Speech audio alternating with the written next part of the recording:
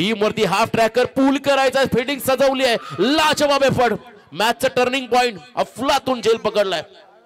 अविनाश वाघ हे नाव चर्चेमध्ये राहील. वाघाची वाडी गाडेश्वर डॅमच्या अगदी कुशीमध्ये असलेलं हे गाव आहे आणि आपला आदिवासी समाज बांधव आहे, ज्याची चर्चा नेहमी या टेनिस क्रिकेटमध्ये आपण नेहमी पाहिली. तो खेळाडू त्याने काय ड्राईव्ह लगावला अफलातून. सुमितचा विकेट म्हणजे या सामन्याला पुन्हा एकदा कलाटणी, बहुमूल्य विकेट तुम्हाला ऑन स्क्रीन पुन्हा एकदा पाहायला मिळेल. हे चित्र सफल झाले. त्यानंतर पॅरल स्ट्रोक अगदी समोरच्या दिशेने अविने काय झेल टिपलाय, अप्रतिम. खरं तर आपण पाहता त्या ठिकाणी 100% कमिटमेंट ज्याला म्हणतात ते करून दाखवलंय खरं तर अभि वाघने. अप्रतिम कमबॅक. खेळाडू बाद झाला. सुमित मगाची चर्चा केली, जर का सुमित बाद झाला तर प्रेशर वाढेल. आता नवीन फलंदाज मैदानाकडे चाललाय सूरज पाटील, अलिबागचा खेळाडू.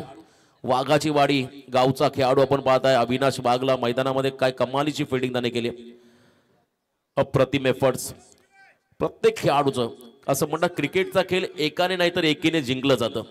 प्रत्येकाचं 11 खेळाडूंचं योगदान जर का टीमला मिळालं तर नक्कीच टीमचा परफॉर्मन्स चांगला होतो, टीम विजयाकडे वाटचाल करू शकते. पण तो सामना संपलेला नाहीये.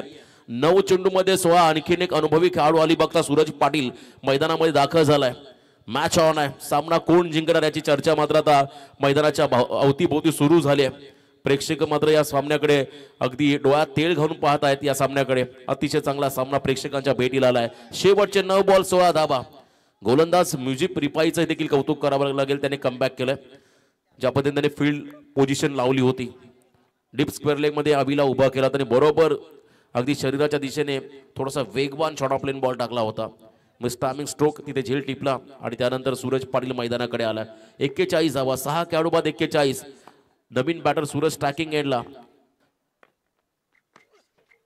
शॉर्ट ऑफ लेन इथे आपण पाहिला लेंथ बॉल आहे, माफी असावी. क्लीन बोल्ड त्रिफळाची झाला. आल्या पाहुली माघारी परतावा लागेल. सूरज पाटील या फलंदाजाला कहाणी में ट्विस्ट.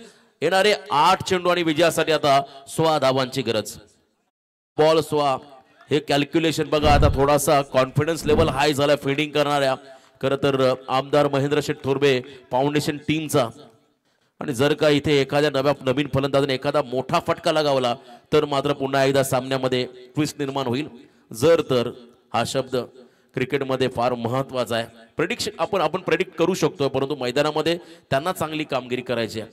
प्रेशर आहे खरं तर आपण पाहता दोन्ही संघांवरती.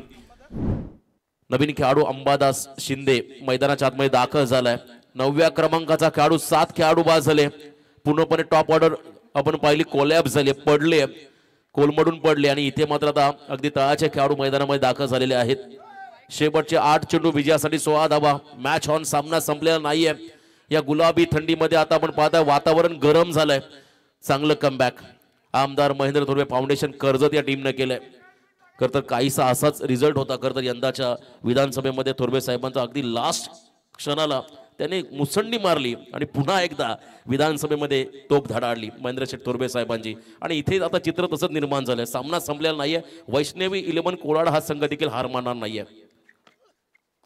Low full toss clean ball. Wicket hat trick. या स्पर्धेतली पहिली विकेट हॅट्रिक पूर्ण केली आहे. म्युझिक रिफाई या गोलंदाजाने एकदा जोरदार डाव द्या. बघा कुपन देखील त्यांना मिळेल, परंतु क्रुशियल कंडिशनला काय गोलंदाजी केली या खेळाडूने. नागोटनेचा हा खेळाडू आज मात्र खारघर नगरीमध्ये दाखल झालाय. आरपीएल सारख्या मोठ्या स्टेजवरती मात्र मोठा कारनामा त्याने केला. लगातार 3 विकेट घेतले. आता अडचणी वाढतील वैष्णवी 11 कोलाड टीमच्या वाट्याला. सफल झाले होते. यॉर्क केला बॉलला. आतली कडा थोडीशी घेतली किंचित आणि बॉल स्टम्प्सला हिट झाला. प्लेड ऑन झाले. त्या ठिकाणी अंबादास शिंदे. विकेट मिळाला. विकेटवर विकेट. दबाव वाढत चालला आता वैष्णवी 11 कोलाड संघावरती.